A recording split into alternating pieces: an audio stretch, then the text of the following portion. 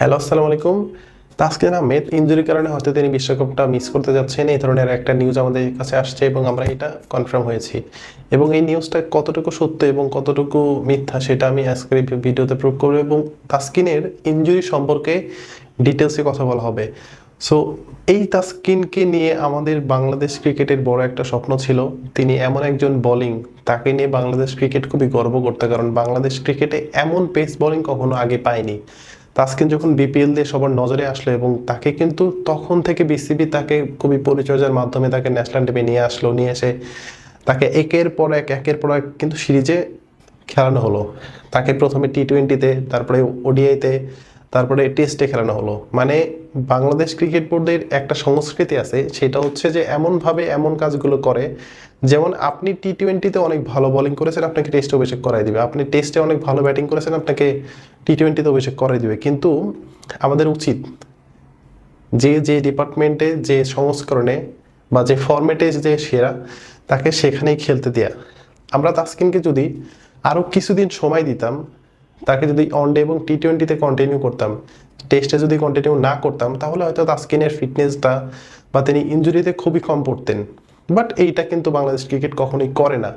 এখন যখন বাংলাদেশ ক্রিকেটের নতুন একটা ওয়ার্ডের সাথে সবাই পরিচিত হলো, ওয়ার্কলোড ম্যানেজমেন্ট।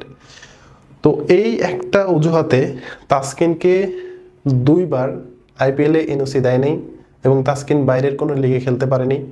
কিন্তু আমার একটা প্রশ্ন আপনাদের কাছে, 2023-এর ওডিআই ওয়ার্ল্ড কাপ যেটা ইন্ডিয়াতে অনুষ্ঠিত হলো, সেই ওডিআই ওয়ার্ল্ড কাপে কি আমরা তাসকিনকে একদম ফুলি ফিট পেয়েছিলাম? বাট তার আগে কিন্তু তাসকিনকে আইপিএলে খেলার জন্য এনএসইউ দেওয়া হয়নি। লখনৌ থেকে তাকে অফার করেছিল, বাট বিসিবি কিন্তু তাকে এনএসইউ দেয়নি। বাট প্রশ্ন হচ্ছে, যখন আইপিএল খেলার জন্য বিসিবি না করে দেয়, তখন কিন্তু জিমা প্রো টি10, যেখানে তাসকিন আহমেদ 8 দিনের ব্যবধানে 7টা ম্যাচ খেলে। আপনি একটাবার ভেবে দেখেন যে একটা পেস বোলিং বা পেস বলার তিনি 8 দিনের ব্যবধানে 7টা ম্যাচ খেলেন, এটা কি কখনো কোনোভাবে সম্ভব? তাসকিনকে জিম্বাবুয়ে টি-20-তে টি10-এ খেলানো হলো, তারপর তিনি ওয়ার্ল্ড কাপে গেলেন। ওয়ার্ল্ড কাপে গিয়ে তিনি দেখলেন যে তিনি কাঁধের চোটে ব্যথা পাচ্ছেন বা তার অনেক ধরনের ইনজুরি নিয়ে তিনি কয়েকটা ম্যাচ খেললেন। খেলার পর তো তিনি তাকে একটা পর্যায়ে তাকে খেলাটা বাদই দিতে হলো।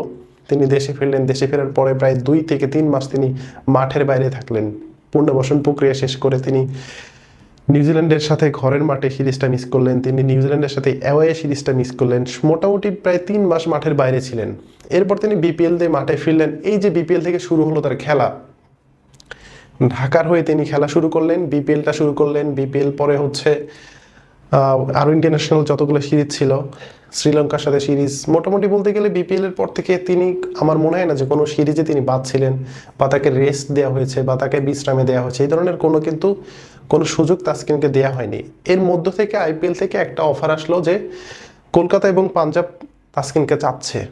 তখনও বিসিবি ওই ওয়ার্কলোড ম্যানেজমেন্টের অজুহাত দিয়ে তাকে কিন্তু এনএসইউ দেওয়া হলো না।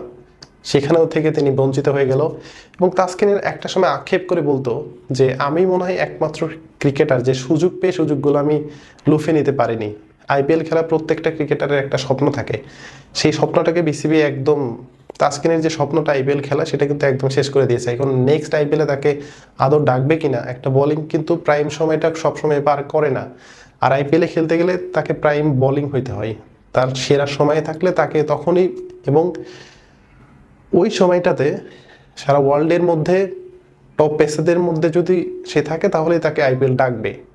তো আইপিএলে খেলার একটা তাসকিনের স্বপ্ন, সেটা হয়তো স্বপ্নেই থেকে যাবে। তিনি হয়তো খেলতে নাও পারেন, বাট ভালো পারফর্ম করতে পারলে হয়তো সামনেও তাকে ডাকবে। তো এইবার যেটা হলো, কলকাতা এবং পাঞ্জাব থেকে যখন তাকে অফার করা হলো, এখানেও কিন্তু বিসিবি বাদ সাধলো যে ওয়ার্কলোড ম্যানেজমেন্টের কারণে তাকে এনএসইউ দেওয়া হবে না, তাকে বিশ্রামে দেওয়া হবে, যাতে ওয়ার্ল্ড কাপে টি-20 ওয়ার্ল্ড কাপে যাতে তাসকিনকে ফ্রেশভাবে পাওয়া যায়। কিন্তু মজার বিষয় হচ্ছে এটা যে কিছুদিন আগে আমরা কিন্তু খুব হিট ওয়েভের ভিতর দিয়ে গেলাম, অনেক বেশি তাপমাত্রা, অনেক বেশি গরম, প্রায় 42-43 ডিগ্রি সেলসিয়াস তাপমাত্রা। এই গরমের ভিতরে তাসকিনকে দিয়ে কিন্তু ডিপিএল এর ম্যাচ খেলানো হলো। আপনি একটাবার চিন্তা করে দেখেন যে যেখানে আইপিএলে খেলতে দেওয়া হলো না, সেখানে কিন্তু তাসকিন দিব্যি আবাহনীর জার্সিতে তিনি ডিপিএলে খেলে গেলেন ম্যাচের পর ম্যাচ। এখানে কোনো রেস্ট নেই, 1-2 দিন পর পর একটা করে ম্যাচ, এই গরমের ভিতরে একটা পেসারের জন্য এর থেকে খারাপ আর কোনো কিছু হইতে পারে না। এবং তাসকিন সেটা মেনেও নিলেন এবং তিনি খেলেও ফেললেন। এখানে বিসিবি যতটুকু দেয় তাসকিনকে কিন্তু আপনি ছাড় দিতে পারেন না।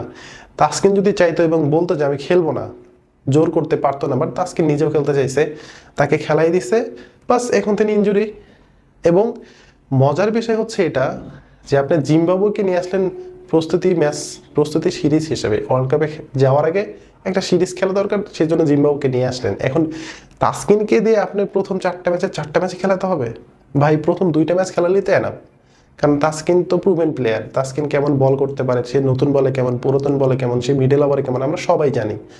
তার ম্যাচ খেলানো দরকার, তাকে প্রথম 2টা ম্যাচ বা 3টা ম্যাচ খেলালাম, চতুর্থ ম্যাচে কেন খেলানো হলো? এবং খবর পাওয়া যাচ্ছিল এটা যে তিনি যদি ফিট থাকতো তাহলে তাকে চতুর্থ টি-20 মাঠে নামাই দিত বিসিবি। এখন আপনারা বলেন এবং আপনারা বুঝেন যে এই তাসকিনকে বিসিবি কেমনে নষ্ট করতেছে। এখন তার ক্যারিয়ার হুমকির মুখে। একটা সময় মাশরাফি ইনজুরির সাথে লড়েছে, তখন হয়তো এত বেশি ডেভেলপমেন্ট বা এত ফিজিওটিজিও কিছু ছিল না, অত কিছু জানতো না। এবং মাশরাফি নিজেও বলেছে তার নাকি লিগামেন্ট শুরু থেকে সেরা ছিল, কারণ তিনি বুঝতে পারে নাই। বাট এখন তো মডার্ন যুগ, সবকিছু বোঝা যায়।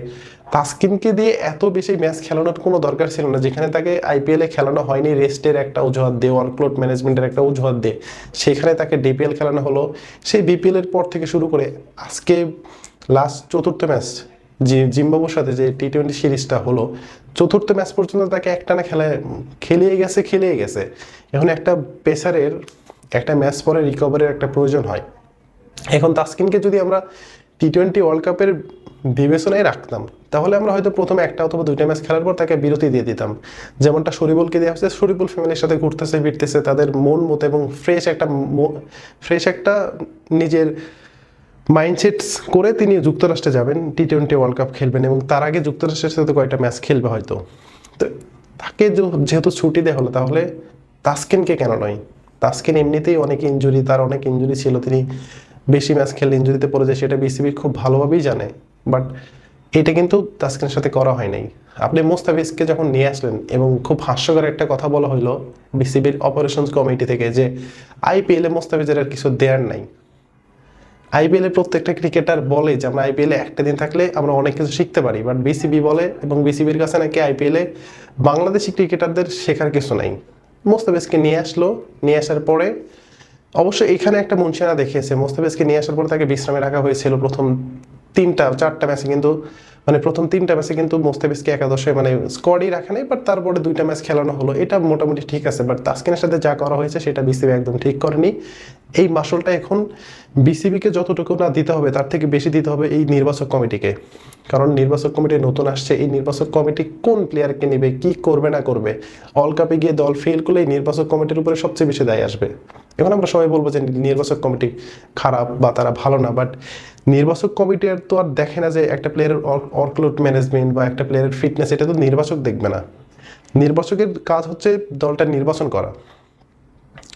এখন দেখার বিষয় তাসকিন আসলে তার রিপোর্টটা কি আসে। মিনিমাম তাকে 3 সপ্তাহ মাঠের বাইরে থাকতে হচ্ছে, এটা শিওর, এটা কনফার্ম। এখন কালকে হয়তো বিসিবি দল ঘোষণা করবে। এখন প্রশ্ন হচ্ছে এটা যে বিসিবি তাকে রাখবে কিনা বা চিকিৎসকরা কি বলে, সেটার উপর ভিত্তি করে তাসকিনের বিশ্বকাপ ভাগ্যটা ঝুলে আছে। সো আমরা দোয়া করি তাসকিন সুস্থ হোক, তিনি ওয়ার্ল্ড কাপে ফিরে আসুক, বাংলাদেশের জন্য অনেক অনেক ম্যাচ খেলুক, বাংলাদেশকে অনেক জয় এনে দিক, এটা হচ্ছে আমাদের চাওয়া। সো আজকের ভিডিও এই পর্যন্তই। আসসালামু আলাইকুম।